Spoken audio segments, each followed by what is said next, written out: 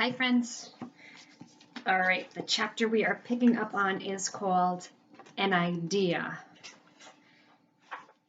I'm going in, says Masika, one of the younger ants. Might make things worse, Akello cautions. Displace the mud. Pull her down toward the bottom. I could go in, I suggest, the words popping out before I can swallow them. It's more mud than water, Bob. Akello shakes her head. You'll get as stuck as kudzu. I don't exactly argue the point. I've got an idea, comes a small voice. All the aunties turn to Ruby, and she looks startled to have their complete attention. A couple of us get on the other side of the moat, Ruby says. Grab trunks. We'll make like a, what do you call it? A sling, I exclaim. A hammock, like the gorillas have. I don't know, Ruby. Akello sounds doubtful. Kudzu grabs for Masika's trunk with both hands. Wait, Masika says. I think I've got her this time. Masika lifts her trunk with deliberate slowness, carefully trying to support the baby gorilla. But once again, Kudzu can't hold on. She lets out a despairing cry. Down she goes, lower this time, her nose and eyes just visible. Okay, Akello says with a nod at Ruby. Let's give Ruby's idea a try. Masika, Lahaley, Elodie cross over to the far side. Zaina, Ruby, and I will take this side. All three elephants move with surprising quickness to the spot where I crossed. They gallop back until they're facing us. It's strange to see them on the other side of the moat. With the wall destroyed, they're technically in Ivan and Kenyani's domain. Move down a bit, Akello instructs. That way, she motions with her head. We want to scoop her out, not push her down. 3 on one side, 3 on the other. The elephants reach out for each other's trunks, creating a kind of cradle. Okay now, says Akello. Lower carefully. Down they go into the muddy water. Ruby nearly loses her footing, so I grab her tail with my teeth. It doesn't really help, and she yelps, ouch! But my heart's in the right place. Kudzu thrashes her tiny arms. Stay calm, I call. Easy for me to say. She looks over at me, and I'll never forget the fear in her dark eyes. Then she vanishes below the surface. The next chapter is called Team Elephant. Hurry, Ruby cries. The elephants bend lower, moving like a giant elephant shovel. Where is she? Masika asks. Lower, says Akello. Lower, sisters. There, Ruby yells. No, wait, there. Up, Akello commands, and the interlocked trunks rise from the muddy water to reveal a tiny, trembling baby gorilla sitting in their makeshift sling. Kudzu, says Akello. Stay calm, baby. We're going to toss you to safety, okay? Kudzu gives a little nod. On my count, says Akello. Start swinging. 1, 2, 3. Up and over go the trunks, and up and over goes Kudzu. She lands a little plop on the gorilla's side of the moat, right next to Masika's real legs. Good work, everyone, says Akello. And good thinking, Ruby. Thanks, elephants, says Kudzu, wiping mud from her eyes. That was fun. Can we do it again? Akello takes a deep breath. Maybe later, sweetheart. Quickly, I make my way back over the moat. Kudzu, I say, follow me. Let's go find your 8 peeps. Can I go with Bob? Ruby asks Akello. Akello touches Ruby's back with her trunk. I'd much rather have you stay here, dear. And it's may I. But Uncle Ivan, Ruby pleads. I'll keep an eye on her, I tell Akello. I'm going, Ruby says in her most determined voice. Maybe I can help. I helped just now. Akello hesitates, but finally gives a slow nod. Probably, she figures, there's no arguing with Ruby. She's right on that one. Ruby crosses the moat and joins Kudzu and me. Be careful, Akello warns. There's more of this storm coming. I got her, Akello, I say. You better have her, she warns. I think I flew, Bob, says Kudzu as we weave our way through the wasteland that was Gorilla World. Yeah, me too, I say. It's that kind of day.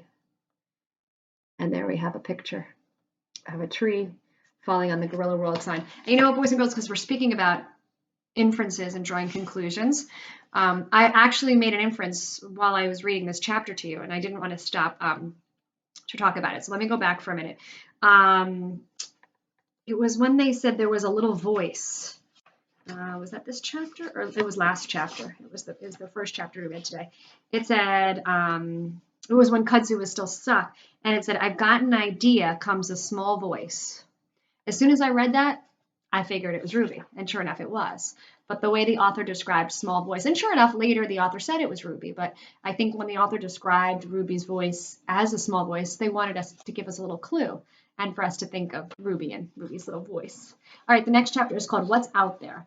A handful of humans, firefighters and police mostly, have begun to roam the grounds checking out the damage. We pass a park employee with a weapon slung over his shoulder and a net in one hand. Trank gun, he tells a passing police officer. We don't know what's out there. She nods. How fast do they work? On something big like a cat? He shakes his head. Not fast enough. Boys and girls, trank is short for tranquilizer. And that is something that they use on animals only when they're concerned the animal is going to hurt someone. It's kind of like a shot that goes into the animal and then makes them like fall asleep or like like fall over. So it'd be used if they were concerned an animal might attack. And I think these animals in the zoo are mostly calm. They're used to being around people, but because the storm is so bad, I guess maybe they're concerned. He's saying you don't know what's out there. This is a police officer, not someone who's used to maybe working with the animals. How fast do they work? On something big like a cat? He shakes his head. Not fast enough. I look over at Ruby. Stay close, kid. As we near the gorilla villa, what's left of it anyways, a screech hits my ears that makes the wailing police siren sound like meowing kittens. It's Kenyani. She's frantically knuckle running back and forth near the collapsed gorilla villa. Chunks of cement, shredded wooden beams, and bent metal lie everywhere. A cluster of gorilla females and juveniles huddled not far from some rescue workers. There's Mama, Kudzu cries, dashing toward a gorilla named Jody. I'm so horrified by the destruction that I've almost forgotten my muddy little charge. I really shouldn't be trusted as an ape sitter. His muddy little charge is Ruby. Kudzu darts over to her mother's waiting embrace. Jody nuzzles her and strokes her and says soothing, motherly gorilla things. Thank you, Jody mouths to me. Don't thank me, I say, looking over at Ruby. Thank this little gal. She figured out how to save Kudzu. Thank you. Ruby, isn't it? Ivan's friend? Ruby gives a shy nod. We all helped. I provide moral support, I add. I flew, Mama, says Kudzu. Of course you did, dear, says Jody. Kenyani's fresh wails focus my mind. I gotta go, I said. Ruby, you should stay here. I'm going for a no-nonsense voice, the one Julia uses on me when she calls me Robert. Let me see what's what. I'll be right back.